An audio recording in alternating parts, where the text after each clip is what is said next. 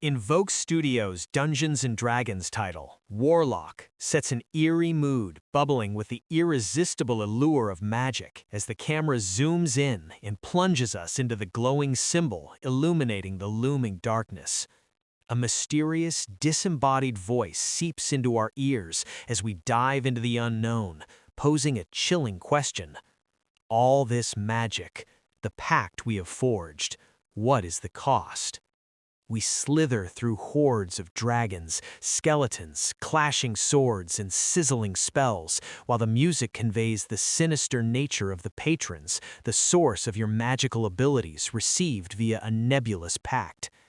As the dark, arcane power fantasy came to a close, creative VP Jeff Haddam and studio lead Dominic Guai set the stage for this new foray into the Dungeons & Dragons universe as Warlock draws on lore from Wizards of the Coast's popular tabletop world. Define your Warlock legacy. Haddam describes Warlock as a third-person action-adventure game built around immersive, expressive magic, where you play as Katri, a Warlock weaponmaster. While your mind might conjure associations with Destiny 2's Warlock, a being chosen by the Traveler to use magic for good, your Warlock gained their powers by making a pact with a powerful, ambiguous being called a patron. A warlock is generally someone that makes a pact with a powerful being in the universe in exchange for magic, and you use that magic to progress in the game, Jeff Haddam tells me. Although details on our patron were scarce, the team emphasizes that building your relationship with your patron will be one of the game's main hallmarks. How deeply that connection runs remains to be seen. Your choices. Katri's story.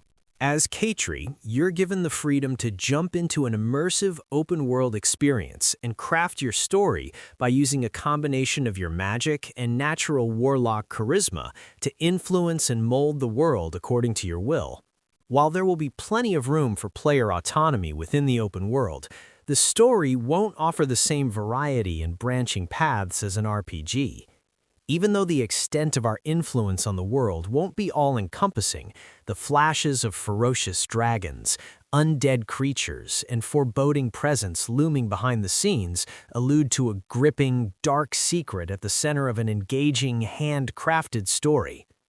You're going to have a lot of agency in that story, where you go and what you want to dig into, Guy says. But ultimately, some things are going to be said in that story.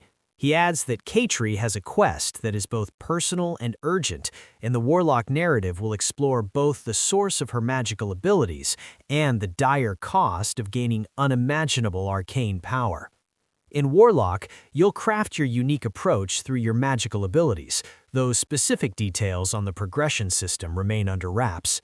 We'll be cautiously optimistic that this system lets us switch things up on the fly rather than lock you into your first choices like Outer Worlds 2. From our kitchen tables to our living room screens. If you've never played Dungeons & Dragons, don't worry. Warlock is focused on being a video game first, with a much more accessible, streamlined style that focuses on immersive, expressive magic and avoids the complexity of dice rolls and other traditional TTRPG elements.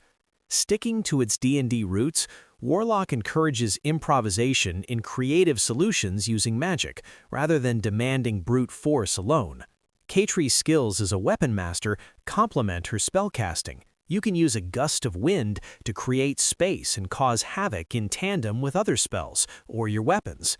It's not always about damage, it's also about the creative advantage that these spells can give you against monsters, traversing the world, solving puzzles, solving environmental challenges, and exploring the treacherous terrain, Jeff Haddam says.